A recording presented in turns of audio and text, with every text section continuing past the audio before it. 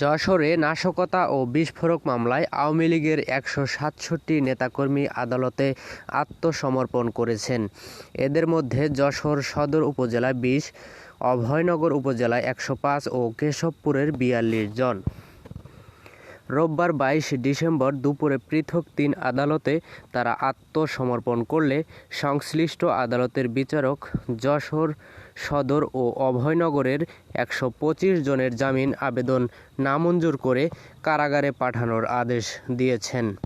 অন্যদিকে কেশবপুর উপজেলার ৪২ জনের জামিন আবেদন নামঞ্জুর করে কারাগারে পাঠানোর আদেশ দিয়েছেন। অন্যদিকে কেশবপুর উপজেলায় ৪২ জনের জামিন আবেদন মঞ্জুর করেছেন। বিষয়টি নিশ্চিত করেছেন কোর্ট ইন্সপেক্টর রোকসানা খাতুন। আত্মসমর্পণকারীদের মধ্যে রয়েছেন জনপ্রতিনিধি, আওয়ামী লীগ, যুবলীগ, ছাত্রলীগ সহ অঙ্গ সংগঠনের নেতৃবৃন্দ। এদিন আত্মসমর্পণ করতে এসে আওয়ামী লীগের নেতাকর্মীরা জয় বাংলা সহ নানা স্লোগান দেন।